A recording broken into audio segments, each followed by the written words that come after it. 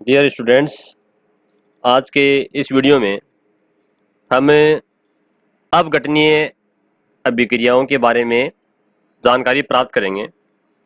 जैसा कि नाम से प्रकट हो रहा है, अपघटन अभिक्रियाएं।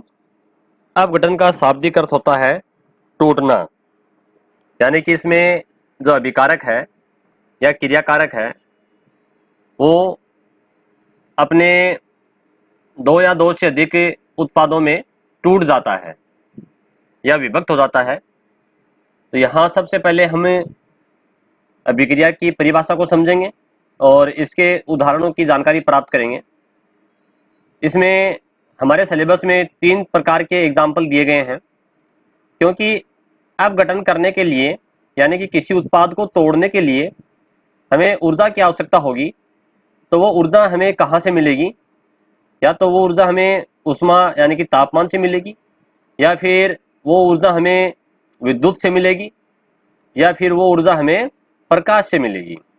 तो इस प्रकार से हमें 3 इसके प्रकार हैं जिसके कारण अपघटन होता है। क्रियाकारक या अभिकारक का अपघटन होने के कारण के आधार पर इसे 3 भागों में डिवाइड किया गया है। चलिए हम शुरुआत करते हैं पहले इसकी परिभाषा की। ऐसी अभिक्रियाएं जिसमें एक अभिकारक, देखो यहाँ पर ये आपको एक अभिकारक दिखाई दे रहा है ए बी, अपघटित होकर अर्थात टूटकर, अपघटित का मतलब होता है टूटना, 2 या 2 से अधिक, देखिए यहाँ ये 2 भागों में बट गया, टूट गया, या अधिक भी हो सकते हैं। मान लीजिए यहाँ पर ये अभिकारक ए बी और सी 3 है, तो ये 3 में भी टूट सकता है। ठीक है, अधिक उत्पाद बनाते हैं, अपघटनीय अभिक्रिया कहलाती है। ये तो है इसकी परिभाषा। अब इसमें आगे इसके बारे में और दिया गया है कि इसमें अभिकारकों के मध्य बने हुए बंध टूटते हैं। देखो ये जो अभिकारक है इसमें ए और बीच में जो बंध है वो बंध टूटेगा, तभी तो ये दोनों अलग अलग होंगे और छोटे अणुओं का निर्माण होता है। एक बड़ा अणु था और ये 2 छोटे अणुओं में टूट गया। यहाँ अभिकारक अधिक अणु भार वाले बड़े अणु होते हैं। देखिए अभिकारक तो बड़ा है, जो अपघटित होकर कम अणु भार वाले छोटे छोटे अणुओं का निर्माण करते हैं और ये छोटे छोटे अणुओं में टूट जाते हैं। वैसे तो ये अभिक्रिया जो है ये अपने जो संयुग्मन अभिक्रिया अपने पढ़ी थी सबसे पहले अभिक्रियाओं के प्रकार में, आप अपनी पाठ्य पुस्तक में भी देख सकते हैं। जो संयुग्मन अभिक्रिया है उसकी विपरीत है। संयुग्मन अभिक्रिया में क्या था कि जिसमें 2 या 2 से अधिक अभिकारक मिलकर के एक उत्पाद बनाते हैं, वो संयुग्मन अभिक्रिया कहलाती है या योगात्मक अभिक्रिया कहलाती है। ये बिल्कुल अपोजिट हो रहा है। देखिए यहाँ पर जो एक पदार्थ है ये ए और बी, ये 2 उत्पादों में टूट रहा है, तो अपन कह सकते हैं कि अपघटनीय अभिक्रियाएं जो हैं ये संयुग्मन अभिक्रियाओं के विपरीत होती हैं, उनके विपरीत कार्य करती हैं। आगे लिखा है पदार्थों में अपघटनीय अभिक्रियाओं के लिए ताप, जैसा कि अपने चर्चा की थी, इनको तोड़ने के लिए ताप की आवश्यकता हो सकती है, या विद्युत के द्वारा तोड़ा जा सकता है, या फिर प्रकाश के द्वारा तोड़ा जा सकता है। तो अपन तीनों के बारे में पढ़ेंगे। अपघटनीय क्रियाएं के कारण, ये कारण है कौन कौन से कारण? ताप का कारण, विद्युत का कारण, प्रकाश के कारण के आधार पर निम्न प्रकार की होती हैं। अपने सिलेबस में 3 प्रकार की दी गई हैं। पहले अपन बात करेंगे विद्युत अपघटन। जैसा कि नाम से प्रकट हो रहा है विद्युत यानी कि विद्युत धारा, जिसे अपन सामान्य भाषा में बिजली कहते हैं। करंट देंगे इसमें, ठीक है, तो पदार्थ टूट जाएगा। इस प्रकार की अपघटन अभिक्रिया में किसी भी यौगिक की, कोई भी यौगिक यानी कि क्रियाकारक या अभिकारक की गलित या द्रव अवस्था, देखिए जब ये यौगिक ठोस अवस्था में है तो आप चाहे विद्युत धारा दो उसको, वो टूटेगा नहीं। पदार्थ जब द्रव अवस्था में होगा या गलित अवस्था में होगा तभी वो टूटेगा। जैसे मान लीजिए नीचे यहाँ एक एग्जाम्पल दिया गया है NaCl का।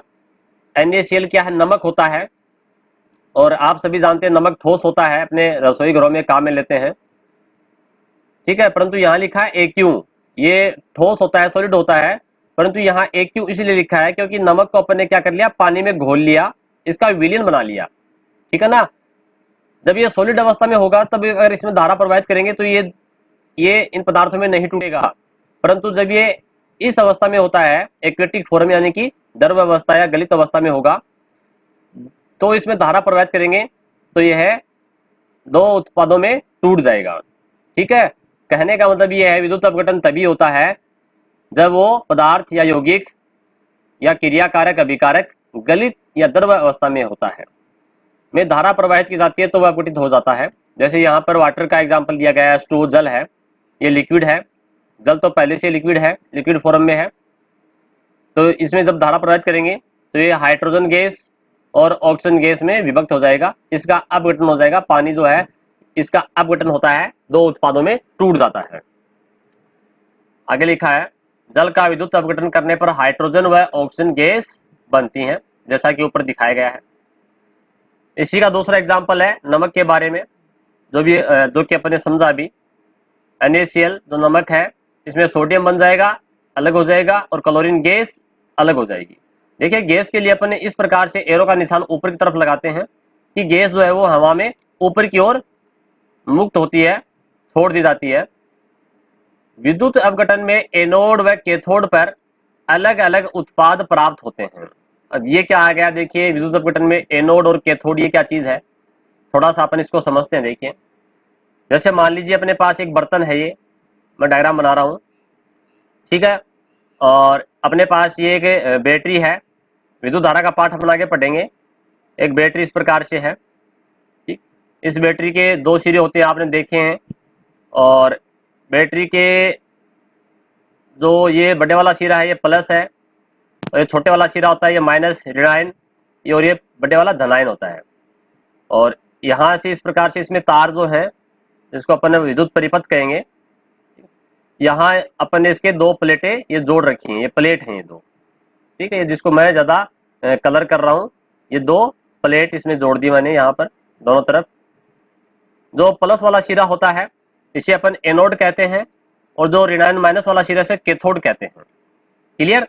अब देखिए अपन ने क्या किया, इस बर्तन के अंदर ये दोनों प्लेटें जो हैं और बैटरी से जुड़ी हुई हैं, बैटरी बोल दीजिए या सेल बोल दीजिए, एक ही बात है, और इसमें अपने नमक का घोल डाल दिया, यानी कि नमक NaCl डाल दिया और पानी डाल दिया।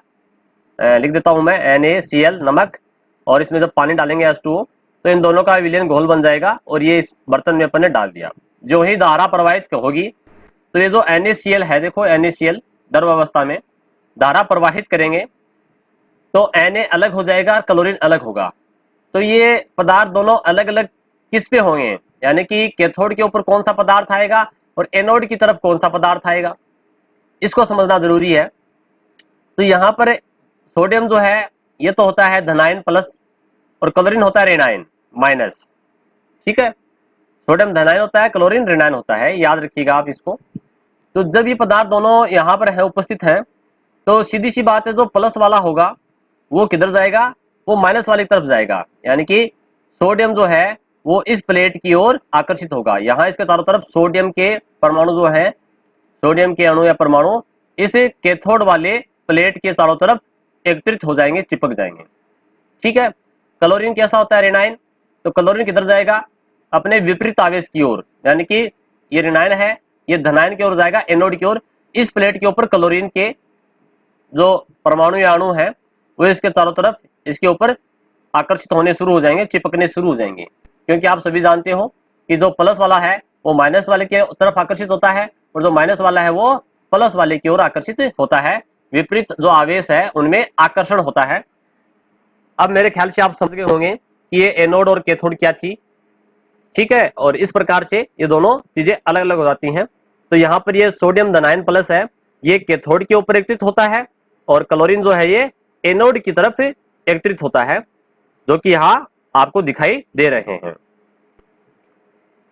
साधारणतः यौगिक आयनिक प्रवृत्ति के होते हैं। आयनिक यानी कि आयन बन गए, आयनिक यानी कि धनायन और ये ऋणायन।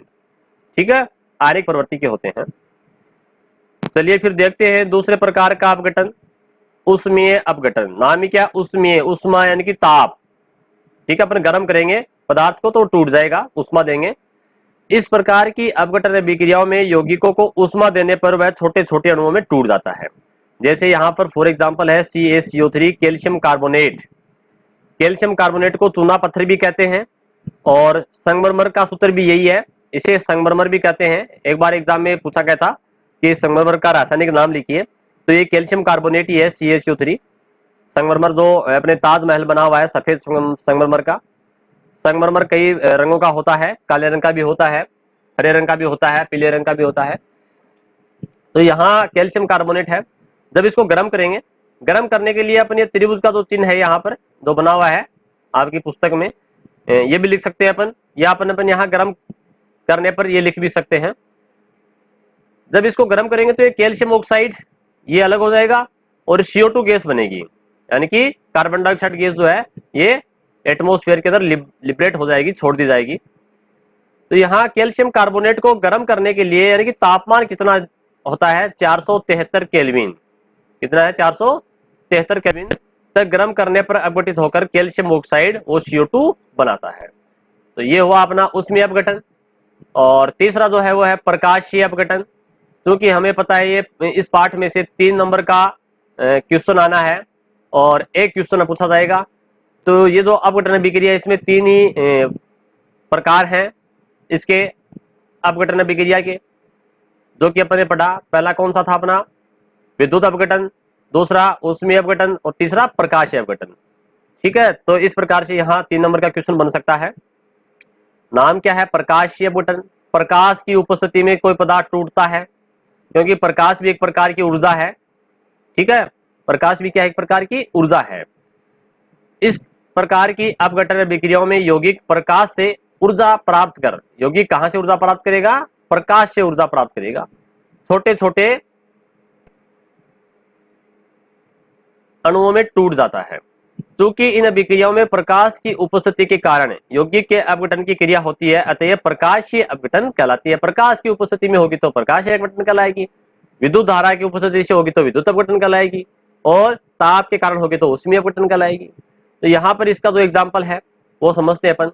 जैसे हाइड्रोजन ब्रोमाइड है HBr, ठीक है, हाइड्रोजन और Br ब्रोमाइड, ये प्रकाश की उपस्थिति में, यहाँ पर ये H भी नहीं है, UV है, UV यानी कि अल्ट्रावायोलेट किरणें, पैराबैंगनी किरणें आएगा यहाँ पर UV। ठीक है, जब ये प्रकाश की किरणें इसको मिलेंगी तो हाइड्रोजन और ब्रोमीन जो है ये पृथक हो जाती हैं, अलग हो जाते हैं। तो इस प्रकार से ये एक क्रियाकारक या एक अभिकारक था और ये 2 उत्पादों में टूट जाता है, अपघटित हो जाता है प्रकाश की उपस्थिति के कारण, इसलिए इसको प्रकाशीय अपघटन कहते हैं। तो इस वीडियो में हमने जो अपघटनीय अभिक्रिया है उसके बारे में, उसके जो प्रकार हैं 3 प्रकार, उनके एग्जाम्पल के द्वारा, उदाहरण के द्वारा, यानी कि रासायनिक समीकरणों के माध्यम से हमने इसको समझा। धन्यवाद।